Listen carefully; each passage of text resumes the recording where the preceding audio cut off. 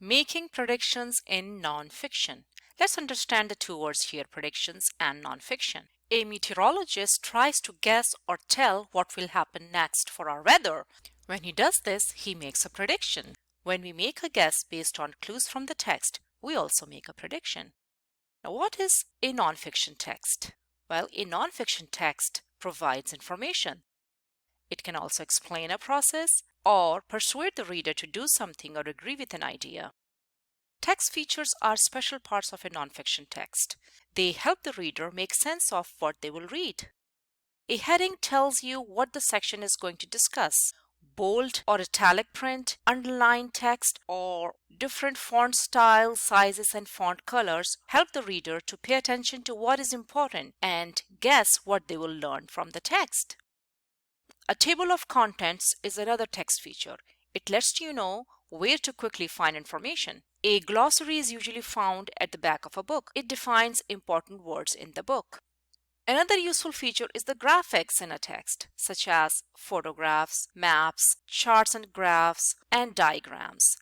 These help the reader guess what they will read about or understand from the text. An inset is a picture next to a larger picture. It is enlarged to show the details of the graphic. Sidebars provide additional information or additional details related to the topic. Next, we come to non-fiction text structures. Well, text structure is the way a piece of writing is organized or built around a topic. A non-fiction text must be built correctly, just like a building. If a building is not built correctly, it will fall over. You can better prepare for what you will read if you know what structure the text uses. Non-fiction text structures are description, cause and effect, compare and contrast, problem and solution, or chronology or sequence. Let's make a prediction in this book. To make the prediction, we look at the book title and the pictures on the book cover. Exploring farm animals. We can predict that we'll read about different farm animals. Now open the book. This is the table of contents. You want to know where chickens are kept on a farm. You predict that you'll find this information in Chapter 3 titled Housing on page 11. We use this graphic organizer to record our prediction. We turn to page 11 and find the information we predicted we would find here. So our prediction was correct.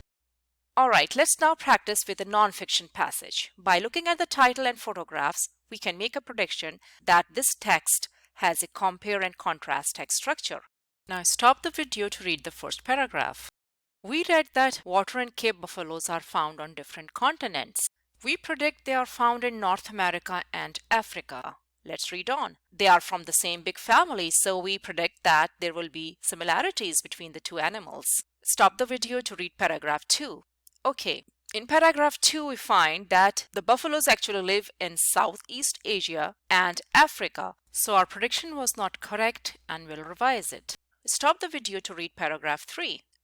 We see that the Cape buffalo has few predators, so we predict that it must be a very hostile animal. And as we read on, we find that our prediction is correct. Next, we read that the water buffalo is unlike the Cape buffalo, so we predict that it has many predators. In paragraph 4, we find that water buffalo is actually a farm animal, so our prediction that it has many predators is not correct, so we revise that prediction. We can mark our first and third predictions as correct because there are similarities between the two types of animals and it is a compare and contrast passage. Well done!